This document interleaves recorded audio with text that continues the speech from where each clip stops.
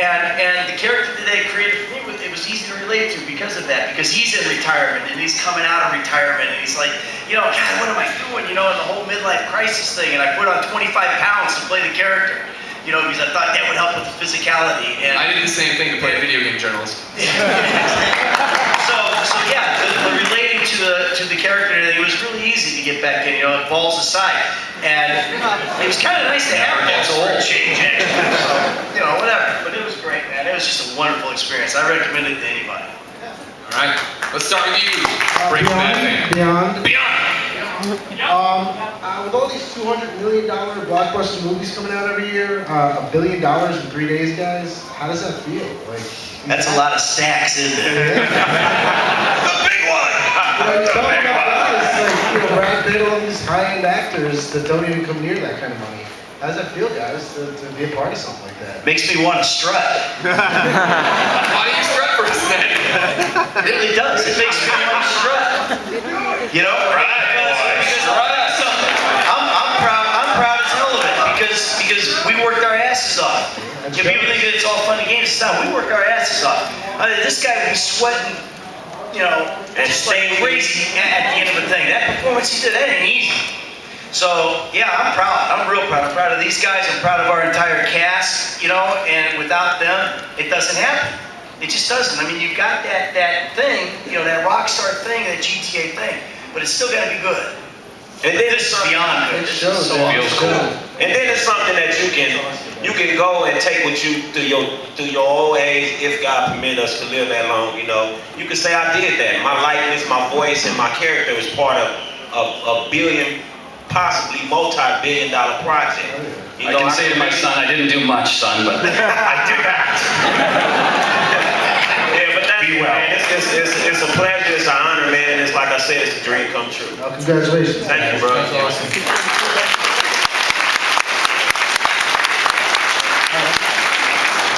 I got a request and a question. The request is, when you guys go back, when you leave tonight, can you guys get a hold of Rockstar and ask him to make us a blooper reel?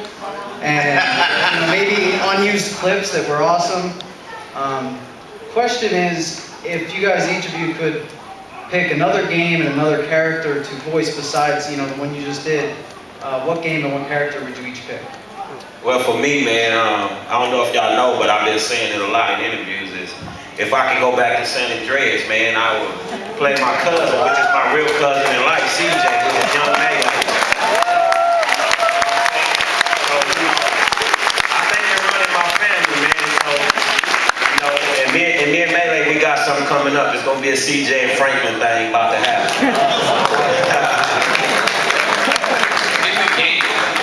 Nah, we got something else coming up. Okay. But I'm gonna go around with enough banks, I I just guess, make and sure shit, and give Polygon me. is not here doing something I got around.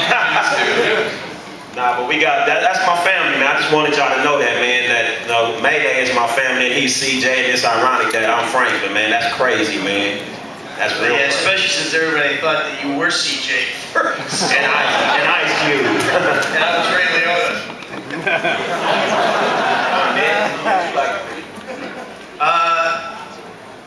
I want to be Mario. He's got hops. That dude jumps. I know he can slam dunk behind his freaking back like nobody's business. Like nobody's seen my business. That's why I want to be Mario. And plus my son can play that game. You're Mario, do it. Give us your Mario voice. They want your Mario voice. Mario even have a voice? It's me, Mario. I can't follow that. Mr. Og, who would you like to be in another game? gosh. Maybe the blue ghost in the Pac-Man? I like those dark characters. I'm not a gamer, I don't know. I don't know any games. You can leave.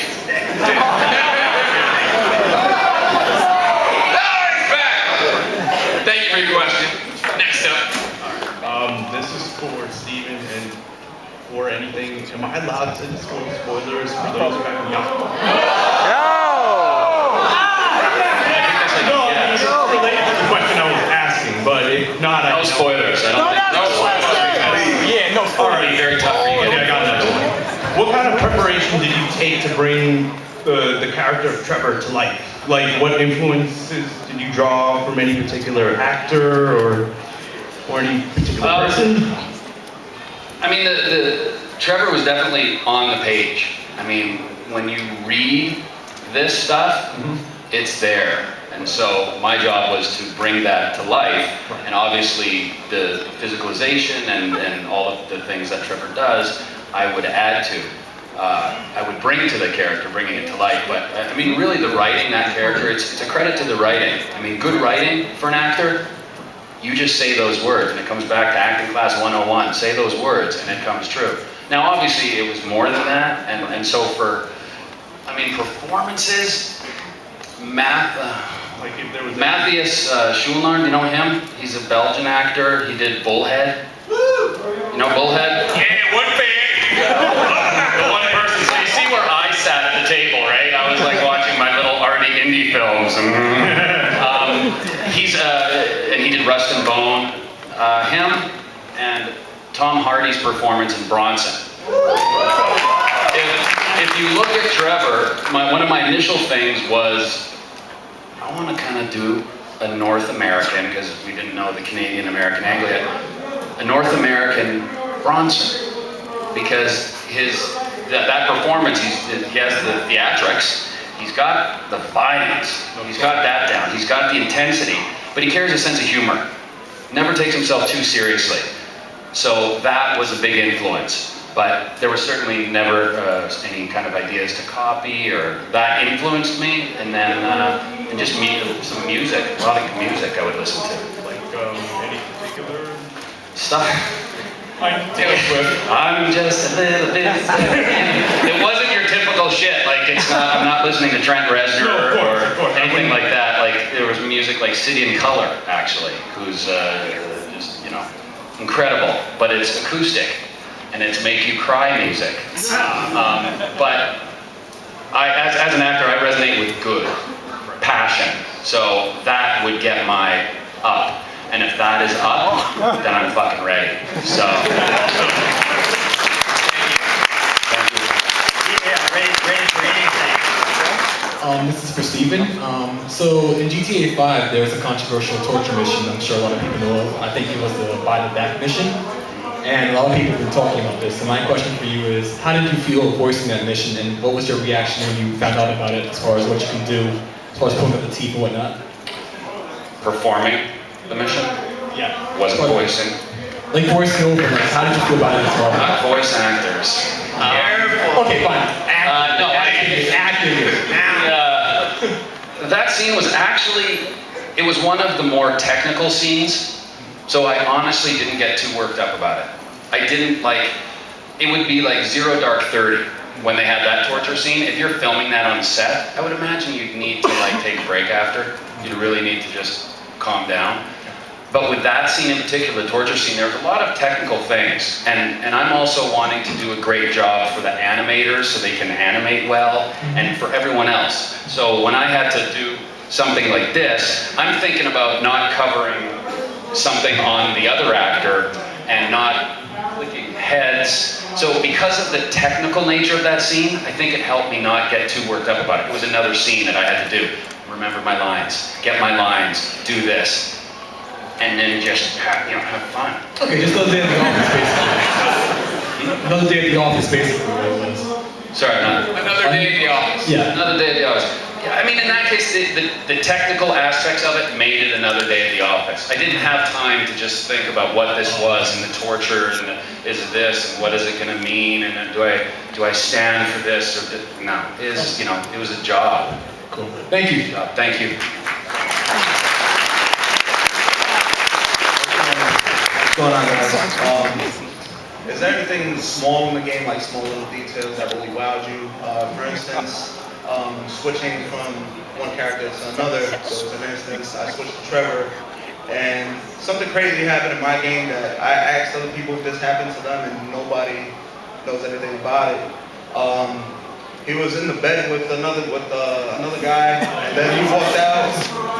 I couldn't find where the apartment door was, so when I came back, I hear like somebody crying. What's that? So I go back, into the Sometimes room and love the dude's in the field crying. You know, like, little things like that. Does that ever wow you?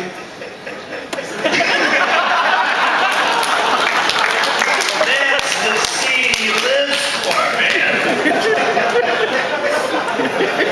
Was that scene another day at the office? Much more than the torture scene.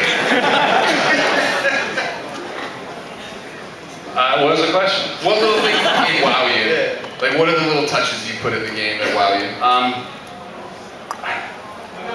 Gosh, I mean, it's all wow to me. I mean, really, like the blue ghost in Pac-Man, that's my head. Like, I still think that is incredible. I can't figure out how anyone can animate that.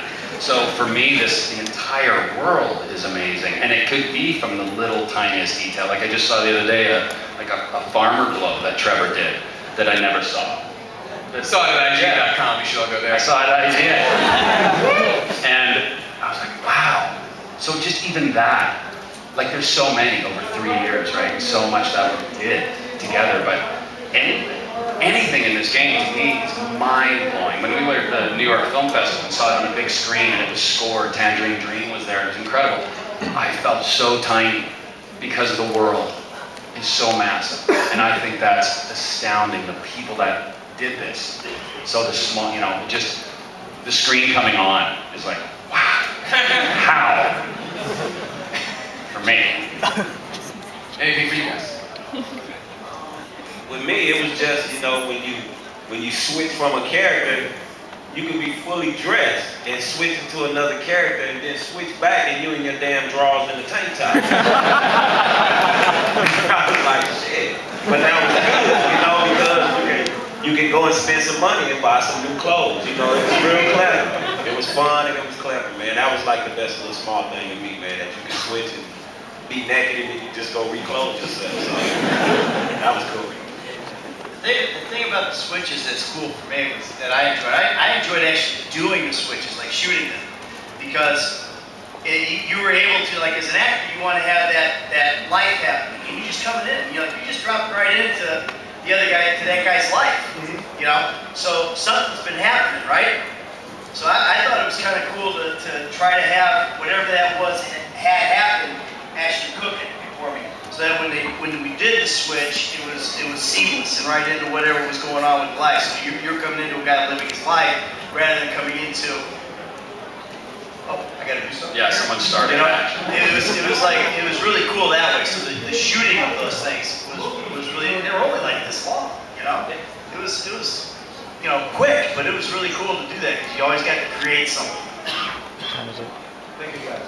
All right, cool.